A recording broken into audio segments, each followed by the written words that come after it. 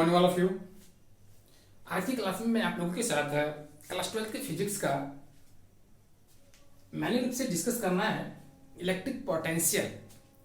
As you know that in the previous class I have already discussed about what do you mean by Coulomb's law, superposition of charge, electric field और electric intensity, field intensity.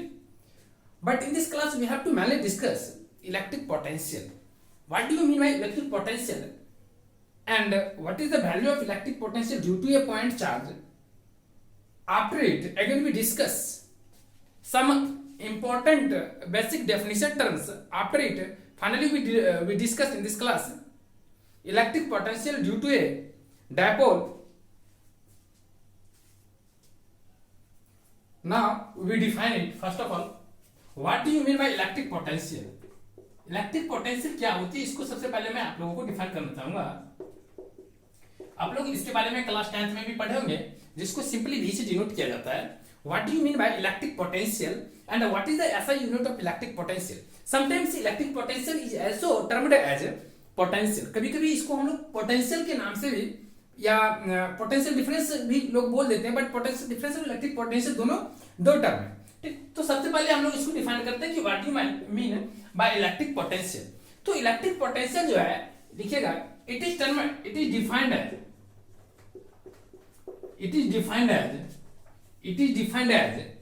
Work. Electric potential जो होती है just like a work होती है। It is defined as work to bringing a unit positive charge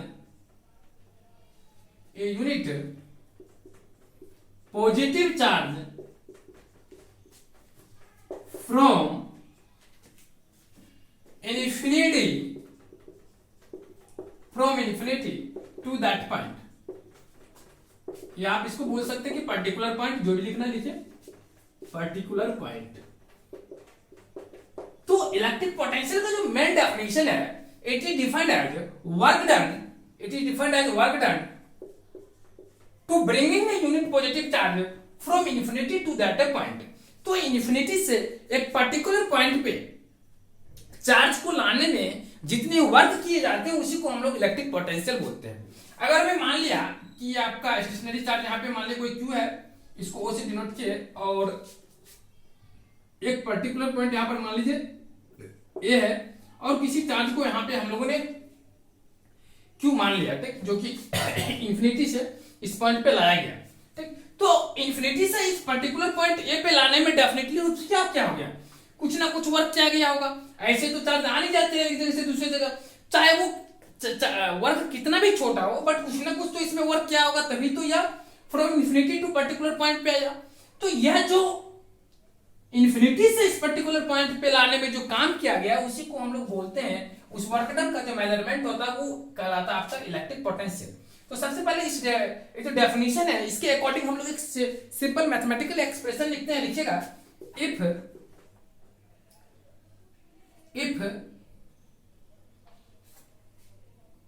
A work W is done to bring a unit positive charge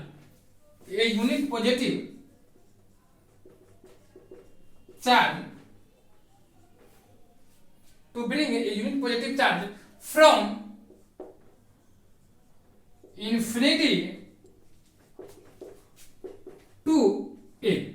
मान लिया infinity से particular point A पे लाने में W कार्य किया गया, देन इलेक्ट्रिक पोटेंशियल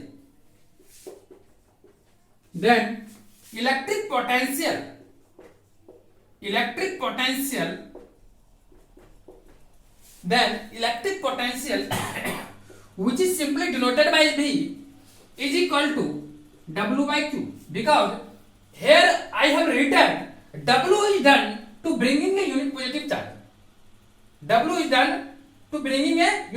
charge। तो यहां पे अगर मैं मान लिया to a unit positive charge, यहाँ पे यूनिट नहीं लिखिएगा, यहाँ पे क्यू लिखिएगा तो सही रहेगा। क्योंकि देखिए इसका मतलब क्या हुआ, कि क्यू चार्ज को एक पर्टिकुलर पॉइंट लाने में डब्ल्यू वर्क किया गया, तो एक चार्ज को लाने में क्या होगा, डब्ल्यू बाई क्यू। तो हमने क्या डेफिनेशन में बताया, it is defined as work done to bring the unit positive charge. तो unit positive charge means that 1 coulomb.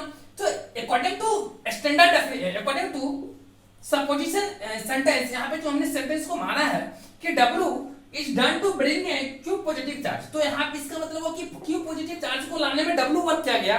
So 1 coulomb charge को अगर मैं लाऊंगा तो वहां से क्या होगा, W अपन Q हो जाएगा। तो यही जो हो गया आपका इलेक्ट्रिक पोटेंशियल का डेफिनेशन हो गया। तो यहाँ पे हो गया कि electric potential is equal to W by Q। अब इसके बाद आपका इसमें आता है, ध्यान देखिएगा, इसको मिटा लेते ऊपर वाला पार्ट को। अब इसमें आपका टर्म आता है कि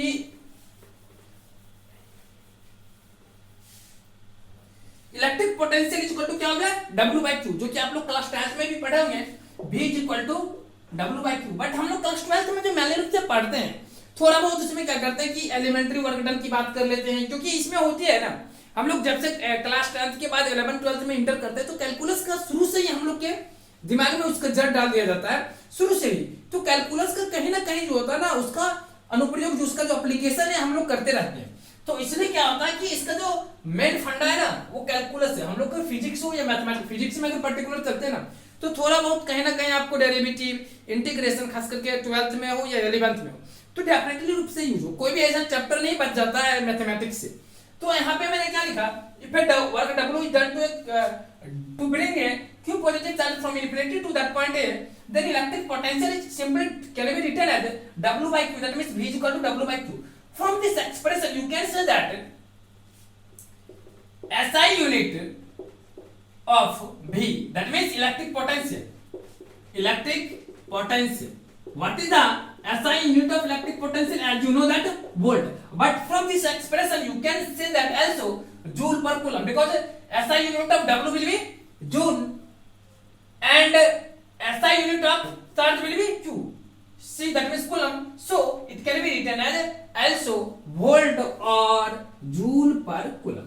तो इस बात को आप लोग याद रखेंगे कि SI यूनिट ऑफ जो इलेक्ट्रिक पोटेंशियल होता है उसको हम लोग वोल्ट भी बोलते हैं, और फिर इसके बाद का जो आता है आपका जूल पर कूलम भी होता है। चलिए, तो आपका एक टॉपिक जो है कवर हो गया। अब आप लोग की बुक में नेक्स्ट टॉपिक जो है, वो नेक्स्ट टॉपिक है इलेक्ट्रिक पोटेंशियल। नेक्स्ट टॉपिक है electric potential due to a point charge.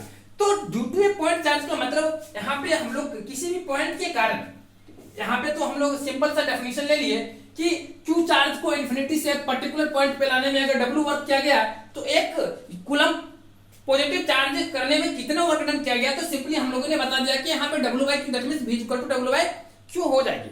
But हम लोग को यहाँ पे यह भी डिस्कस करना है कि अगर कोई चार्ज Q है और एक इन्फिनिटी से एक चार्ज को लाया गया है एक पर्टिकुलर पॉइंट A तक, और उसको लाने में अगर W वर्क किया गया है, तो उसके लिए मैंने एक्सप्रेशन किया। लेकिन एक पर्टिकुलर छोटा सा डिस्टेंस को अगर वो करे, डिस्प्लेस करे, मतलब एक पॉइंट से दूसरा पॉइंट तक अगर वो जाए, तो उस केस में कितना वर्क किया जाएगा। कोई जरूरी तो नहीं है कि चार्ज को हमेशा इन्फिनिटी से एक पर्टिकुलर पॉइंट, हो सकता है कि from one point to another point वो डिस्प्लेस करे। तो in that case what is the value of electric potential, we have to derive a standard formula which is related to it. तो सबसे पहले हम लोग चलते हैं नेक्स्ट टॉपिक के बारे में डिस्कस करने के लिए, जिसका नाम है electric potential due to a point charge. चलिए, तो हम लोग फर्स्टली हेडिंग कर लेते हैं। हम लोग का जो हेडिंग क्या है, एक मिनट ब्लू पे ले लेते हैं, देखिएगा। तो हम लोग का हेडिंग क्या है, इलेक्ट्रिक पोटेंशियल। एग्जाम में आप लोग को पूछ सकता है कि find the derivation due to electric potential, electric potential, find the derivation of electric potential due to a point charge. Electric potential due to a point charge, ये आपके बुक में डायरेक्ट क्वेश्चन पूछ सकता है एग्जामिनेशन बोर्ड में, कि ये 2 number में पूछता है, क्योंकि इसका डेरिवेशन जो फाइंड करना होता है बहुत ही सिंपल होता है, इसलिए ये काफी ज्यादा लंबे नहीं पूछता है, ज्यादा मार्क्स का रास्ता भी नहीं है, 2 या 3 मार्क्स में पूछ सकता है। Find the derivation of electric potential due to a point charge. सबसे पहले हम लोग क्या करते हैं, इसका एक फिगर बनाते हैं। मान लीजिए कि यहाँ पे आपका कोई चार्ज पॉइंट ओ है जिस पर आपका चार्ज कितना है, क्यू है।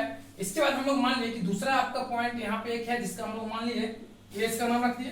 अगर हम इसका ये नाम रख लिए, ये रखिए मतलब पी रख लीजिए, और यहाँ पे आप चार्ज प्लस क्यू रख लीजिए। अब अगर प्लस क्यू रखिए तो इसके बाद जो है आपको यहाँ पे एक पॉइंट बी ले लीजिए, और यहाँ भी पॉइंट इसका भी यहाँ पे भी चार्ज प्लस क्यू। इसके बाद फिर फाइनली हम लोग एक पॉइंट यहाँ पे ले लेते हैं ए, जिसपे चार्ज आपका प्लस क्यू रहेगा। ठीक, यहाँ तक आप लोग समझ गए कि इसका मतलब क्या होता है, मैं आपको बता रहा हूँ। इस तरह से फिगर लेने का मतलब क्या है उसके बारे में डिस्कस करते हैं। ये आपका स्टेट लिंक जैसा है, ये सब मत समझिएगा कि स्टेट लिंक है। ठीक, हम लोगों ने ले लिया। आप देखिए हम सबसे पहले क्या करते हैं, देखिए ये जो इतना इतना मार्जिन दिख रहा है ना, इतना मार्जिन होता नहीं वास्तव में। हम जानबूझ के इसको क्या करते हैं, विजुअलाइज करते हैं ताकि आप लोग इजीली यहाँ से फिगर आपको नजर आए कि एक्चुअल फिगर इसकी होती क्या है। देखिए तो हम सबसे पहले क्या करते हैं कि यहाँ पे लिखेंगे ये जो आपका पॉइंट एक ओ है जहां का चार्ज जो आपका क्या है, फिक्स है। यहाँ पे चार्ज क्या फिक्स है। एक चार्ज क्यू को इन्फिनिटी से एक पर्टिकुलर पॉइंट, मान लीजिए एक पर्टिकुलर पॉइंट तक लाने में कितना वर्क किया गया। ठीक, मतलब मान लीजिए कि आपको पी तक लाना है, पी तक ही लाना है मान लीजिए मिनट के लिए। अगर आपको पी तक लाना है तो, या बी तक मान लीजिए, पी मत लीजिए, बी मान लीजिए, बी मान लीजिए, बी तक आपको लाना है।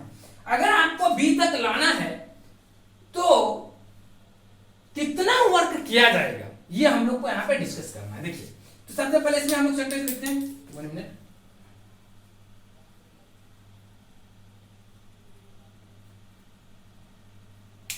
देखिए तो सबसे पहले लिखेंगे late plus Q is a positive charge. ये क्या है, कोई पॉजिटिव चार्ज है। प्लस क्यू क्या है, पॉजिटिव चार्ज है। एंड पॉजिटिव चार्ज, अगर आपका प्लस क्यू कोई पॉजिटिव चार्ज है then point charge then force experienced by point A due to S capital A। तो यहां पे कह सकते हैं force expressed by point A, force expressed by O due to A। तो इस ए के कारण जो ओ फोर्स एक्सपीरियंस करेगा वो क्या होगा, F is equal to 1/4 pi epsilon not into Q1 into Q2 divided by R square. और ये R जो होगा इस दोनों के बीच का क्या होगा, मार्जिन होगा। हमने ये लिख दिया, वो R जो हो गया आपका क्या हो गया, मार्जिन हो गया।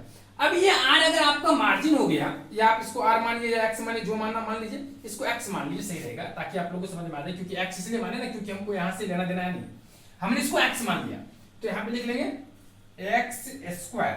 अब इसकी डायरेक्शन क्या होगा, तो आप लोग जानते हैं कि फोर्स जो एक्सपीरियंस होती है according to Coulomb's law, joining in line segment. तो जिस डायरेक्शन में हम लाइन सेगमेंट को ज्वाइन कर रहे हैं इस तरह से, यही इसका क्या हो गया, फोर्स का डायरेक्शन हो गया। तो आप लोग लिख सकते हैं अलोंग वेक्टर OA। ये चीज हम लोगों ने लिख लिया। अब सेकंड पॉइंट आता है कि हम मान लेते हैं कि A से B तक डिस्प्लेस होने में इसने DW वर्क किया, मतलब एलिमेंट्री वर्क डन। यहाँ पे DW का मतलब हुआ, क्योंकि यहाँ पे देखिए ये डिस्टेंस हम इतना भले ही दिखा दिए बट ये डिस्टेंस काफी छोटा है। तो एक चार्ज को अगर आप मान लीजिए कि आपका चार्ज यहाँ पर क्या है, Q है, इस Q चार्ज को यहां तक लाने में, इस Q चार्ज को यहां तक लाने में स्मॉल डिस्टेंस हम इसको अगर सपोज करेंगे, ये बहुत ही छोटा डिस्टेंस होता है।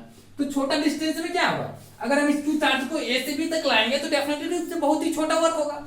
तो जब छोटी वर्क होती है ना, तो उस केस में हम लोग क्या करते हैं, उसके एलिमेंट्री पार्ट को, एक स्मॉल क्वांटिटी को हमेशा उसमें D से ज्वाइन कर देते हैं, कि जो क्या होता है उसको हम लोग डिफरेंशियल ऑफ W पढ़ सकते हैं। डिफरेंशियल ऑफ वर्क डन हो गया, ये एलिमेंट्री वर्क डन सिंपली बताइए।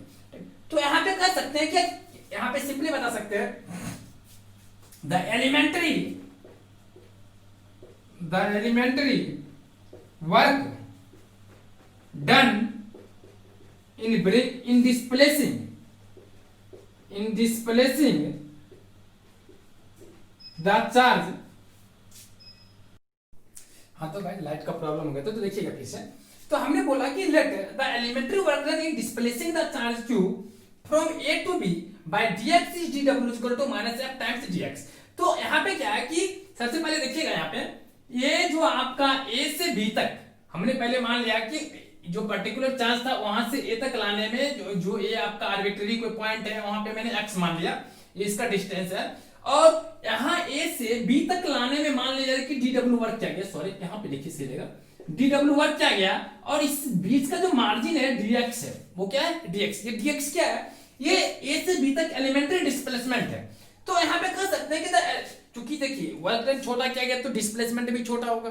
तो यहाँ पे इसलिए हमने माना कि the elementary work done in displacing the charge q from a to b by dx is dw equal to minus f dx। आपके ये फॉर्मूला कहां से आ गया, तो आप लोग नीचे क्लास में पढ़े होंगे work done is defined as f into s cos theta where theta is angle between them. तो यहाँ पे हम लोग जो डिस्प्लेसमेंट मान रहे हैं वो क्या मान रहे हैं, स्ट्रेट फॉरवर्ड मान रहे हैं। तो यहाँ पे we can ignore the value of theta, in that case work done is simply defined as f times s where f represents force and s displacement s represent displacement. So you can write dw is equal to minus, that means it is a work is equal to f times displacement, force times displacement. Now here there arises a simple question, why do we take negative sign? There is a simple reason, because we take displacement opposite side to the force, opposite side of the direction of force. तो इसका मतलब simple है कि यहाँ पे negative sign इसलिए लिए गए क्योंकि फोर्स का डायरेक्शन इधर है, बट हमने क्या किया जो वर्क डन किया गया मतलब ये जो डिस्प्लेसमेंट है वो इस डायरेक्शन में जस्ट अपोजिट है। So I have taken here minus F D X after now firstly I want to rub this. अब मैं इसको रब कर लेता हूं, उसके बाद फिर मैं आगे बढ़ता हूं। तो यहाँ पे क्या है इस बात को याद रखना है आप लोग को। देखिए तो यहाँ पे क्या है कि फ्रॉम a टू b हम लोगों ने dw equal to minus f dx निकाले। Integrating on both side, after integrating on both side we get w is equal to you can be written minus f dx। अब ये जो है हमने जो वर्क किया कहां से कहां किया, ये जो डिस्प्लेसमेंट है वो कहां से कहां है, तो आप कह सकते हैं x is equal to infinity. ये डिस्टेंस कहां था, इन्फिनिटी से कहां तक आया है, ये जो यहां से यहां तक का डिस्टेंस x था, फिर आपने यहां से यहां तक डिस्टेंस ले वो कहां तक थी, और यहां से यहां तक के डिस्टेंस को मान लीजिए r। तो आप कह सकते हैं कि ये जो मुझे लाना था वो r डिस्टेंस तक लाना था, तो x इक्वल टू क्या बोल सकते हैं r। नाउ यहां पे आप कह सकते हैं integration x is equal to infinity to r। अब ये माइनस से लेकर बाहर निकालेंगे तो f का वैल्यू क्या होता 1/4 pi epsilon not into q1 times q2 divided by x square with respect to x। Simply ऐसा लिख सकते हैं। अब यहां से क्या है कि ये 1/4 pi epsilon into q1 into q2 क्या आ जाएगा, बाहर आ जाएगी, तो आप इसको लिख सकते हैं 1/4 pi epsilon into q1 into q2। तो यहां पे सॉरी q1 इनटू q2 लिखा गया। एक मिनट के लिए आप लोग मान लीजिए ये आपका q1 है और ये आपका क्या है q2 है, इसी को q2 मान लिएगा, भूल बस लिखा गया, बाद में हम लोग इसको रिप्लेस कर लेंगे कि q1 into q2 integration x is equal to infinity from x equal to infinity to x equal to r 1/x square with respect to x। अब ये जो मुझे इंटीग्रेशन मिली है इसको थोड़ा सा हम लोग इंटीग्रेट कर लेते हैं, फिर हम लोग फाइनल एक्सप्रेशन की तरफ चले जाएंगे। एक बात और भूल गए हम लोग, सेकंड लाइन लिखना, यहाँ पे नेगेटिव साइन हम लोग इसे छोड़ दिया। अब हम लोग क्या करते हैं q1 q2 को यहाँ से रिमूव कर लेते हैं, क्योंकि हम लोग यहाँ पे माना है कैपिटल Q और स्मॉल q, इसलिए लिख सकते हैं इसको -1/4 pi epsilon not into capital Q into small q। और ये देखिए इंटीग्रेशन 1/x स्क्वायर का अगर आप इंटीग्रेशन करते हैं तो as you know that integration of x to the power n with respect to x will be x to the power n plus 1 divided by n plus 1 plus c। तो आप यहां पे कर सकते हैं क्या, ये 1/x स्क्वायर जो हो गया इसका इंटीग्रेशन क्या हो जाएगा, तो यहां पे डेफिनेट इंटीग्रेशन है, तो हम लोग यहां पे कांस्टेंट नहीं ऐड करेंगे, सिंपली क्या करेंगे x to the power n का वैल्यू क्या है -2, तो यहां पे लिख सकते हैं x to the power -1 divided by -1 from x is equal to r to x equal to infinity to r। और थोड़ा सा हम लोग फिर इसका इवैल्यूएशन कर लेते हैं, तो फिर आपका ये लाइन मिटा ले हम लोग, आप लोग फटाफट लिखते रहेंगे यहां तक। अब देखिए अगर इस लाइन को फिर से हम लोग मिटा लेते हैं तो you can write it minus ten से minus plus, finally you can write 1/4 pi epsilon not into capital Q into small q into 1/x negative sign taken here and multiply each other after you getting positive. Now you can write 1 upon x from x is equal to infinity to r. After putting the value, you can write 1 upon infinity. If you put 1 upon r upper limit, then you get 1 upon r minus 1 upon infinity. 1 upon infinity is simply 0. So you can write 1 upon 4 pi epsilon naught into. Now I also write so simple step such that you can understand easily. Now you get capital Q times small q divided by 4 pi epsilon naught times 1 upon r. Here 1 upon infinity will be 0. So you can obtain this easily 1 upon 4 pi epsilon naught into q divided by r. Here, so that is, this is the final expression of total work done. Total work done, that means W. And you know that work is just like energy. So it is stored as, you can write it is stored as potential energy. इसको किस तरह से store किया जाता है? Potential energy की तरह store किया जाता है. और जब हम W बराबर ये ऑब्टेन कर लिए, मतलब work done equal to, as you know that electric potential is equal to W by Q. If electric potential is equal to W by Q, then you can write 1 by 4 pi epsilon naught into capital Q into small q divided by R divided by Q cancel. So you get 1 by 4 pi epsilon naught into Q divided by R. It is the final expression of the one. It is the final expression of the electric potential. So firstly you have to remember it, and with the help of this I will again discuss next topic. You have to again careful. Electric potential is a scalar quantity. ठीक, तो आज का electric potential is a scalar quantity. तो आज जो हम लोग ने इसके डिस्कस किए वो इलेक्ट्रिक पोटेंशियल के बारे में मैंने रूप से डिस्कस किए, और आगे की क्लास में फिर हम लोग इसका रिलेशन पढ़ेंगे इलेक्ट्रिक फील्ड के साथ. ठीक, तो you have to be careful. Electric potential is equal to what? 1 by 4 pi epsilon naught into capital Q by R. Due to point charge Q. If sometimes there are also a different types of problem in similar theory. What is given? You have to be careful. देखिएगा, तो यहाँ पे मैंने charge को ले लिया. अब देखिए, मान लीजिए कि आपका इस पॉइंट ए पे अगर मान लीजिए इलेक्ट्रिक पोटेंशियल भी हो और इस बी पॉइंट पे भी प्लस डेल भी होगा ऑटोमेटिक, क्योंकि अगर यहाँ से यहाँ के बीच का डिस्टेंस आर है और यहाँ के तब जाकर के यहाँ से हमने क्या किया, एलिमेंट्री डिस्प्लेसमेंट डेल आर लिए, तो इससे कॉरस्पॉन्डिंगली क्या होगा, डेल वी का इसका इलेक्ट्रिक पोटेंशियल में भी इंक्रीमेंट होगा, इंक्रीज होगा. तो यहाँ पे मैंने मान लिया कि बी प्लस डेल वी है. अगर इस पॉइंट पे बी प्लस डेल वी है और यहाँ पे मैंने मान लिया कि बी है, तो मुझे फाइंड करना है. तो देखिए, इससे पहले आप लोग क्या करें, इस रिलेशन को पढ़ने से पहले एक टर्म को समझ लीजिए, तो आप लोग के लिए बेहतर रहेगा. वो है पोटेंशियल डिफरेंस. समझ लीजिए इस बात को, तो फिर आप लोग के लिए सहूलियत होगी. ये केवल डेफिनेशन के रूप में इसका यहाँ पे यूज करेंगे, इसलिए मैं पहले इसको डिफाइन करना पसंद करूंगा. तो लिखिएगा पोटेंशियल डिफरेंस का क्या डेफिनेशन, एक मिनट हो जाइए, सूख जाती है.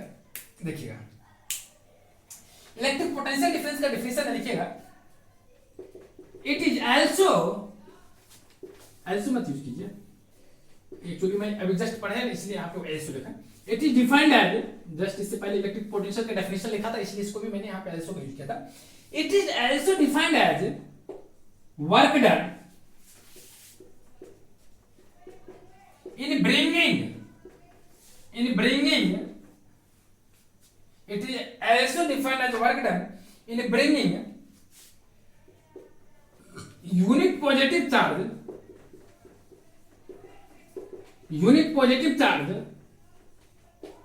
from a point to another point. एक पॉइंट से दूसरे पॉइंट तक लाने में जो आपका वर्क डन किया जाता है एक यूनिट पॉजिटिव चार्ज को, वही डिफाइन करता है पोटेंशियल डिफरेंस का.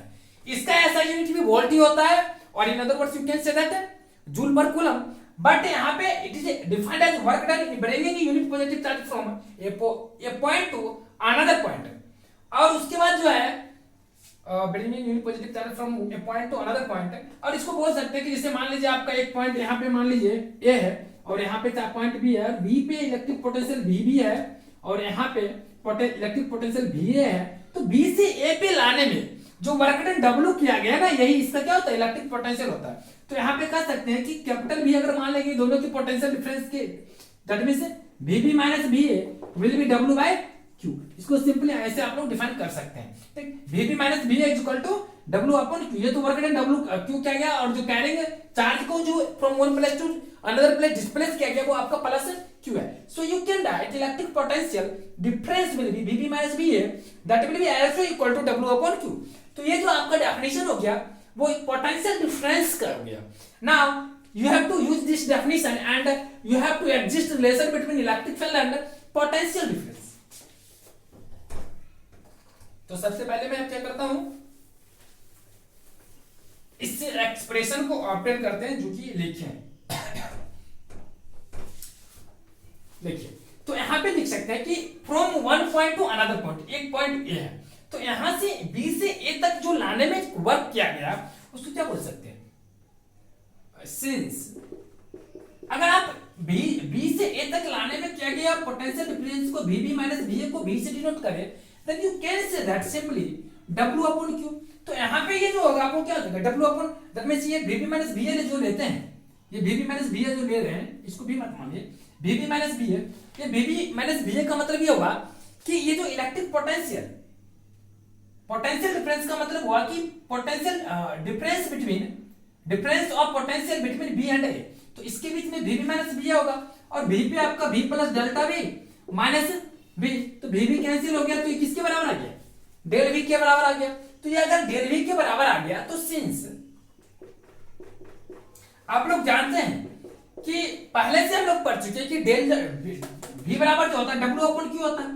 तो आपका यहाँ पे electric potential elementary electric potential difference है, तो इसको लिख सकते, क्योंकि हम लोगों ने यहाँ पे इलेक्ट्रिक चार्ज को जो Q है वहां पे एलिमेंट्री पोटेंशियल को एग्जिस्ट कराने के लिए एलिमेंट्री वर्क डन करेंगे, इसलिए हम लोगों ने क्या माना, del V double by Q।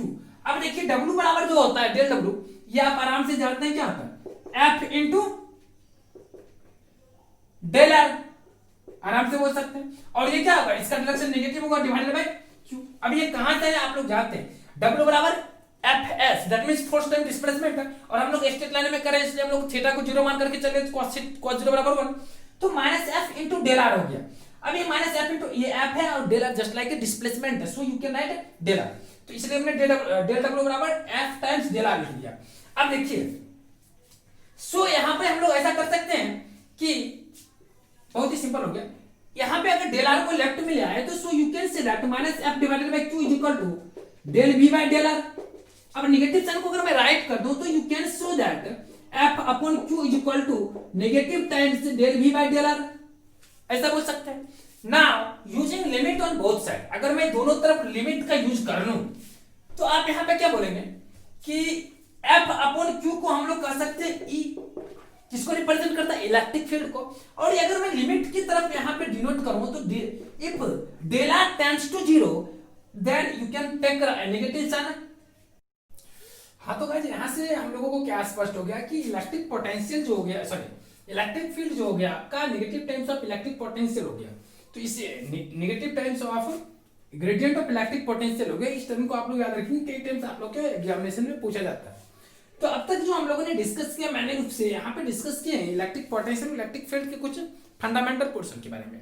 Fundamental portion में जैसा कि आप लोग को पढ़ाए हुए हैं, पिछले क्लास में भी स्टडी किए थे उसमें, कि इलेक्ट्रिक फील्ड जो होता है आपका ऐसा यूनिट होता है, सॉरी इलेक्ट्रिक फील्ड जो होता है आपका वो वेक्टर क्वांटिटी होती है, बट इलेक्ट्रिक पोटेंशियल जो होता है ये आपका स्केलर क्वांटिटी होती है। समटाइम्स आपको एग्जाम में electric field and electric field को हम लोग इलेक्ट्रिक फील्ड इंटेंसिटी के नाम से भी जानते हैं। तो इलेक्ट्रिक फील्ड इंटेंसिटी अगर पूछे और ये इलेक्ट्रिक पोटेंशियल के बीच डिफरेंस, तो आप लोग सिंपली इसी तरह से डिफाइन करेंगे कि दोनों के बीच डिफरेंस क्या है। तो जो मैंने आपको बताया, तो पहले तो एक क्वांटिटी से रिलेटेड, दो फॉर्मूले के रिलेटेड, और एक दो और बेसिक फॉर्मूला जो उससे आप लोग कंक्लूजन करके 3-4 डिफरेंस आराम से लिख सकते हैं। चलिए, तो मुझे लगता है कि यहाँ तक आप लोग समझ गए। चलिए अब हम लोग चलते हैं नेक्स्ट क्लास के बारे में, जिसके बारे में नेक्स्ट क्लास में हम लोग डिस्कस करेंगे, जो कि आपका है equipotential surface and electric potential due to a dipole and electric electric field due to a dipole. And what do you mean by dipole? Firstly, I will discuss it. After it, again I will discuss all those expression about which I have said. तो इस सब के बारे में हम लोग discuss करेंगे, but आज की क्लास हम लोग यहीं पे ओवर करते हैं और फिर नेक्स्ट क्लास में हम लोग डिस्कस करेंगे. चलिए, थैंक्स फॉर फॉलोइंग, बाय.